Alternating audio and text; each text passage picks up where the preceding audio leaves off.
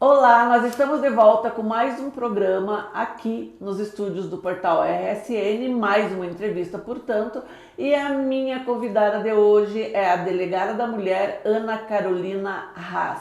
Claro que o nosso assunto é violência contra a mulher. Seja bem-vinda, delegada, é um prazer recebê-la aqui nas nossas Cristina. Novas instalações, né? Sim, bem feliz de conhecer, tá bem bacana, bem organizado. Obrigada mais uma vez pelo convite, é uma honra sempre participar aqui nesse portal que é tão acompanhado aí pela população guarapavana e da região.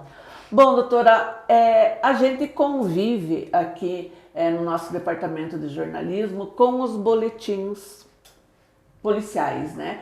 E uma da constatação que a gente tem e que a gente sempre está debatendo, porque é uma grande preocupação, é o aumento no número da violência contra a mulher. Como que a senhora avalia isso? Eu acho que a gente tem que avaliar isso por dois pontos de vista, né? Primeiramente, com uma certa satisfação pelo fato de saber que as mulheres estão conseguindo acessar, né, os canais, as instituições da rede de atendimento para noticiarem esses crimes dos quais são vítimas e também procurarem as providências cabíveis nesse tipo de situação. Ocorre que, realmente, o aumento do número das procuras que a gente vem tendo é realmente significativo. É um levantamento feito por mim aqui na Delegacia da Mulher de Guarapuava, que atende ali mais 4 municípios, Foz do Jordão, Candói, Campina do Simão e Turvo. Somente nesse ano, de janeiro a agosto, já foram lavradas, né, já confeccionados cerca de 450 ou já quase 500 pedidos de medidas protetivas, sendo que no ano passado inteiro foi o número de 490. Né? Então, perdão, de 590. Então já está quase batendo o número do ano passado todo, em 6 meses, exatamente. É muito alto. Exatamente. A senhora acabou de dizer que, por um lado, são as mulheres que estão conseguindo acessar esses canais, né, para fazer a denúncia. Mas, paralelamente, não dá para dizer que realmente está havendo também, porque a gente sabe que muitos casos são reincidentes, né? Sim, a gente pode considerar, a gente não pode realmente só se fixar nesse aspecto positivo, né, dessa situação, pela procura, mas a gente também tem que atentar, obviamente, isso via estatística, né, a Secretaria de Segurança, a Secretaria de Saúde faz também um levantamento bacana para nós, para que a gente trabalhe com estatísticas que venham depois, né, posteriormente, a nos auxiliar para que a gente trabalhe com as políticas de prevenção, ou ver, né, zonas em que a gente chama de hotspots, né, ou hot points, onde que a gente pode atuar de forma mais incisiva, onde que a gente pode fazer um controle repressivo, preventivo, mais expressivo. Então, todos esses números a gente tem que trabalhar com certa seriedade. Agora, Cristina, um outro ponto que eu tinha acabado de mencionar contigo, que a gente estava conversando antes, né? Tem mais uma situação também que pode ensejar esse aumento, sabe? O que acontece? Hoje, a gente tem uma série de condutas que não necessariamente são aquelas que estão nas leis criminais, né, dentro do nosso ordenamento, mas que são condutas que podem configurar a violência contra a mulher, né? Por mais que não esteja lá no Código Penal essa conduta, né, bem descrita, enfim, essa conduta do rapaz, do homem, do agressor, enfim, ela pode configurar uma violência, uma espécie de violência contra a mulher e vir a ensejar o registro do boletim de ocorrência, um pedido de medida protetiva. Então pode ser que isso também esteja chegando com mais facilidade, né, as mulheres que são vítimas e a quem a cerca, às vezes, né, aconselhando ou denunciando. Então isso também pode ter dado aí esse refletido, né, nesse aumento dos números. Sim, porque a gente tem aí a violência patrimonial, a violência familiar, até inclusive eu acho que a gente pode até comentar aqui um caso que de uma guarapavana, uma família guarapavana, né, a Larissa Manuela e os pais Gilberto e Silvana, que a menina parou o Brasil, né, no programa Fantástico, e que tem desdobramento, todo dia tem um capítulo a mais, né? Sim. E eu lia até análises de psicólogos, né, dizendo que no caso dela é uma agressão familiar, né? que aí pode ser maquiado como uma superproteção ou um excesso de zelo, como a Silvana caracterizou numa das entrevistas que ela concedeu, mas que aí aquela superproteção entre todas as aspas, né? Mas que você acaba oprimindo a pessoa. Sim, sem dúvida. A questão aí entra a violência patrimonial também, esse controle, até que chegou no momento em que não se aguenta mais, né? Sim. E a gente sabe que existe isso aí na grande maioria das famílias, né? Sim. Isso também pode causar o pedido de uma medida protetiva? Pode sim. Lembrando que sempre a medida protetiva de urgência, que é prevista, né, na Lei Maria da Penha, a única coisa que vai ser exigida pela lei para que seja aplicada a medida protetiva, para que seja concedida e para que a pessoa tenha toda a proteção da lei, é que exista aquele vínculo entre o agressor e a vítima. Né? Pode ser um vínculo familiar, pode ser um vínculo afetivo, pode ser um vínculo consanguíneo, por parentesco, enfim, é uma série de situações que podem ser abarcadas pela lei, né? E que, claro, o agressor cometa, como eu falei anteriormente, não precisa ser necessariamente aquele crimezinho ali que está no Código Penal ou em outro, mas que ele cometa contra a vítima qualquer ato que possa configurar uma restrição da sua liberdade, ainda que de forma assim, capciosa, né? Aquela teia que a gente fala. Um exemplo que eu sempre costumo dar, Cristina, para que as pessoas consigam entender melhor, às vezes com exemplos fica mais fácil de visualizar, de compreender. Aquele marido, por exemplo, que ele não diz assim, você não vai trabalhar fora. Mas ele se utiliza de estratagemas ali, de subterfúgios. Ah, veja, mas você vai trabalhar fora. Então, você não precisa. Isso, não precisa. As crianças vão ficar abandonadas em creche. Quer dizer, isso de uma forma reiterada, claro que vão ter mulheres que vão dizer, não, eu vou, pronto, acabou e tchau pra você também.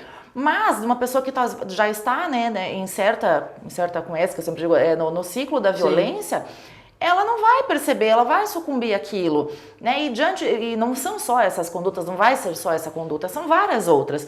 Então aquilo vai minando, a gente fala que mata aos poucos, é o tipo de violência silenciosa que não é vista pelos outros, às vezes nem pela vítima, e essa tem realmente finais trágicos, né? De mulheres assim, realmente já com a sua saúde mental completamente abalada, depressivas, até com tendências suicidas. Sim. Então, realmente, essa alteração, né, do nosso ordenamento nesse sentido para proteger essas mulheres que são vítimas dessas situações é de extrema importância. E de extrema importância também que elas estão sabendo e as pessoas no entorno estão também conhecendo para que possam buscar o auxílio e a atuação das autoridades que devem atuar. Pois é, o assunto é tão sério que até a gente tem aí caso de uma personagem na novela da RPC, Terra e Paixão, acho que não lembro, é a novela que tá aí, né, no horário nobre, de uma gerente de uma cooperativa, quer dizer, uma mulher que ganha bem, supostamente, uma mulher esclarecida e que é vítima de agressão física mesmo por parte do marido, né? Então, é aquela coisa que não adianta a pessoa ser esclarecida e ser tudo mais, porque o cerco é tão grande, é uma questão cultural, né? Isso. É uma postura conservadora de que eu tenho um filho, o que vão falar de mim e tudo mais, né? E infelizmente, século XXI, e a gente convive com isso. Cristina, a gente fala que a violência doméstica de gênero e familiar contra a mulher, ela é envolta de uma série de mitos, né? Que a gente acabou criando aí ao longo da nossa história como sociedade. E um desses mitos normalmente a mulher que é vítima de violência doméstica, ela é dependente financeiramente do marido. Olha, eu ouso dizer hoje em dia que mais da metade dos casos que a gente pega não é bem assim. Muito pelo contrário. Olha só. Às vezes a mulher acaba provendo, ela traz o agressor, né, o convivente, enfim, para dentro de casa, da casa dela, né? Ela tem o seu veículo, o cara às vezes nem sequer trabalha. Né? Então esse é um mito que realmente tem que ser eliminado, até porque para as próprias mulheres também não sentirem vergonha de buscar, porque não é o caso delas, né? Ou que esse mito seja levado em consideração. Eu ouso dizer até, Cristina, também que as mulheres que estão nessa posição, por exemplo, dessa personagem da novela, elas são de mais difícil trato para nós. Porque, perdão. Tá. Toma um golinho dela. Eu vou tomar. Como é que eu tava falando? Agora me perdi.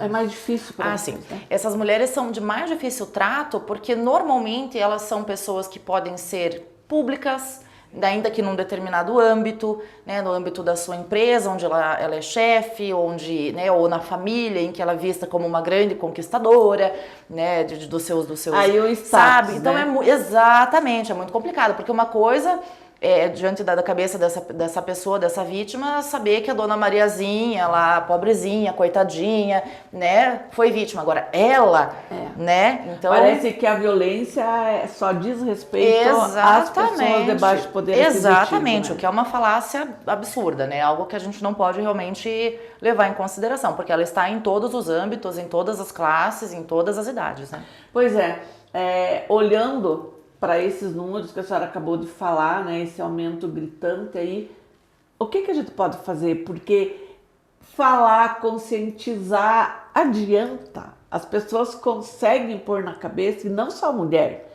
me refiro principalmente ao agressor, né, que ainda vem com aquele espírito machão, conservador, de que a mulher é um objeto de minha propriedade. Sim. Não é à toa que a mulher, até há pouco tempo, quando casava, levava o sobrenome do marido, né? Sim. Então ela passa a ser uma propriedade do homem, né? Essa é uma pergunta bastante complexa da gente responder, né, Cristina? Porque, veja, dentro da minha atuação, que é como delegada, na parte da repreensão, a gente já teve vários avanços. Claro que também nas partes preventivas a gente também já teve, a própria criação da Lei Maria da Penha é uma delas. Agora veja, 2006, né? Então assim, é uma lei muito novinha, ela é tecnicamente uma criança ou um adolescente ainda, né? Então só agora, no início desse novo século, que a gente conseguiu de fato, acho que dar passos mais rápidos, né? Rumo aí um dia poderemos falar, a erradicação desse tipo de violência, né? Mas sim, Cristina, eu acredito que sim, né, que a gente conversando, que a gente prevenindo, que a gente criando esses mecanismos em todas as esferas, né, a gente vai conseguir realmente fazer um trabalho melhor com relação a isso, até que a gente chegue aí a números ínfimos, né, desse tipo de situação. É difícil porque realmente é algo que já está muito arraigado na nossa sociedade, né, muito mesmo. E é difícil a gente conversar porque a gente também tem que tratar de forma global, né, quando a gente fala da questão da violência doméstica familiar e de gênero contra a mulher. Por quê? A gente não pode dividir públicos. Né? Claro que existem formas diferentes de abordagem, que eu espero também que um dia não seja mais necessário, né, mas a gente tem que palestrar com mulheres, com homens, com crianças, com adolescentes, porque é dever de todos. Né? Então, se a gente continuar com essa divisão, a gente pode aí criar um certo atraso, né, nessa questão aí da violência doméstica. Mas prevenindo, principalmente as nossas crianças, né, eu costumo dizer que as nossas crianças e os nossos adolescentes, eles têm, assim, uma capacidade, né, muito rápida de absorver as coisas, e eles têm também aquela ingenuidade com pureza que vai os auxiliar nisso aí, né, a levar isso para dentro de casa, aprendido dentro de uma sala de aula ou numa palestra, levar isso para dentro de casa, ficar de olho na mãe, ficar de olho no pai, né, a gente tentar tirar de quem já é, né, machista, seja mulher, seja homem, é difícil. É uma mudança mas de cultura, dá, né? Exatamente. E enquanto a gente não consegue, a gente repreende, né, não quer mudar por bem, vai mudar por mal, né? Querendo ou não, mesmo que seja dentro da cadeia, né? Fazer o quê? Pois é muito estranho, né? Você combater a violência praticando a própria violência. Perfeito, né? Uma coisa bem, verdade.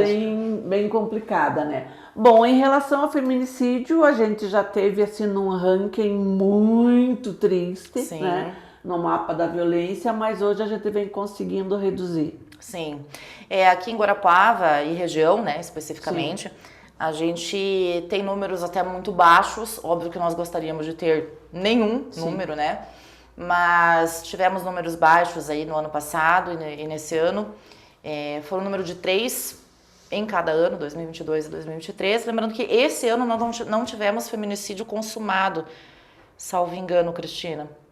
Nós tivemos Eu apenas, acho que apenas não, 3 acho que tentativas. foi- é. É porque o tempo está passando tão rápido Sim. que eu confundo os do ano passado com esse. Mas eu acredito que esse ano teve um período assim que foi um meio que atrás do outro. Até alguns foram bem recentes, agora esse mês ainda, mas foram apenas 3, né? 3 tentativas. E eu acho que esses números baixos, pelo menos diante aí do geral que nós temos a título de Brasil, né, e até internacional, se dá realmente a força do trabalho da cidade de Guarapuava como um todo, do município de Guarapuava no âmbito preventivo. Né, eu sempre gosto aqui de exaltar as minhas, até hoje, amigas, né, companheiras de Sim. trabalho lá da Secretaria da Mulher, as meninas do Centro de Referência de Atendimento à Mulher, que fazem um trabalho sensacional, né? Elas realmente, eu falo para elas que elas são perdigueiras, assim, elas chegam a caçar, né? Que é aquilo que a gente fala de Sim. busca ativa, e a gente tem um contato muito facilitado, então às vezes eu também ali dentro da delegacia percebo um caso em que a mulher está buscando, mas está meio desorientada, ou não tem muita ciência, muita noção da gravidade da situação que ela passa. Eu chamo as meninas lá, elas já vão.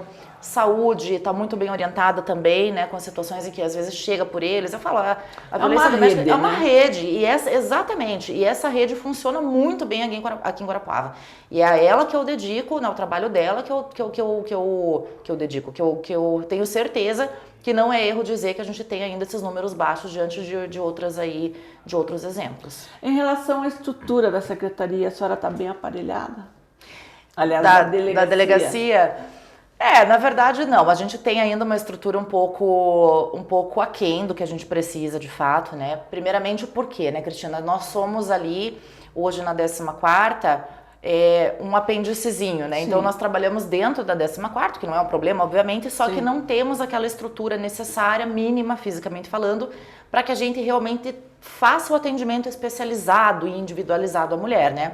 Isso gera uma série de problemas, a gente já teve várias reclamações nesse sentido, mas depois de muito trabalho a gente conseguiu pelo menos trazer todos os cômodos da Delegacia da Mulher ali para um lugar só. Então hoje nós temos pelo menos uma sala ali individual, com portas, né, onde a mulher vai ser ouvida, porque, né, realmente Sim. são situações bastante delicadas para ela estar falando num biombo onde alguém ali possa ouvir, né, especialmente se a gente fala de pessoas que são públicas, Sim. né, pior ainda, claro que a gente não diferencia, mas tem essa situação, a pessoa pode se sentir um pouco acuada.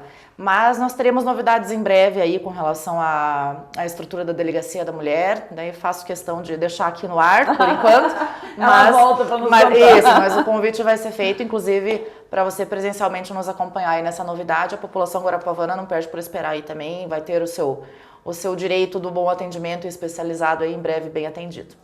Legal. Mais alguma coisa que a senhora queira ressaltar nessa primeira de uma série de entrevistas, porque a intenção é provocá-la a voltar outras vezes. Sim. Cristina, eu acho que só parabenizando sempre, né, por essa atenção dedicada a esse tema que é realmente muito complexo. Infelizmente ainda nós estamos né, caminhando a passos não tão lentos mais, acredito eu, e esse tipo de iniciativa, né, de informar a população, Sim. de trazer dados, principalmente da região, né, é bastante importante também nesse combate. E, obviamente, nós nos colocamos à disposição lá na Delegacia da Mulher, né, posso também falar pela nossa Secretaria de Segurança Pública do Estado, aí para a gente também informar os dados necessários, né, porque essa parceria também entre mídia e as delegacias, né, as forças policiais, enfim, é necessária. Então, também me coloco à disposição e, obviamente, também as pessoas aí que eventualmente precisarem desse atendimento, né, da Delegacia da Mulher ou da rede, sintam-se confortáveis em nos buscar. Bom, delegada, quem precisar da Delegacia da Mulher pode entrar em contato, então, pelo número 36 30 17 35. Isso. Qualquer hora do dia ou da noite, como que é? Esse telefone, ele é específico ali no horário de expediente, né? Porém, ele também é um número do WhatsApp, então quem precisar fazer o contato, né, ali para informações, enfim, será respondido o mais breve possível no outro dia. E lembrando que as situações de flagrantes ou mais emergenciais, de urgência, podem ser atendidas pelo próprio 190, que é o número da Polícia Militar, que vai fazer o atendimento na hora, né? O 197 também da Polícia Civil, para denúncias anônimas, caso seja necessário, e os outros canais também para denúncia, o 180 e 181, que também fazem bastante parte ali do nosso atendimento. Bom, então os contatos estão aí, os pontos de referência também, e vamos ressaltar mais uma vez, qualquer tipo de violência contra a mulher é crime. Exatamente. É isso, doutora? Isso aí. Bom, obrigada mais uma vez. que agradeço. Obrigada a você que nos acompanhou aqui pelo seu portal www.redesuddenoticias.com.br. Continue ligado.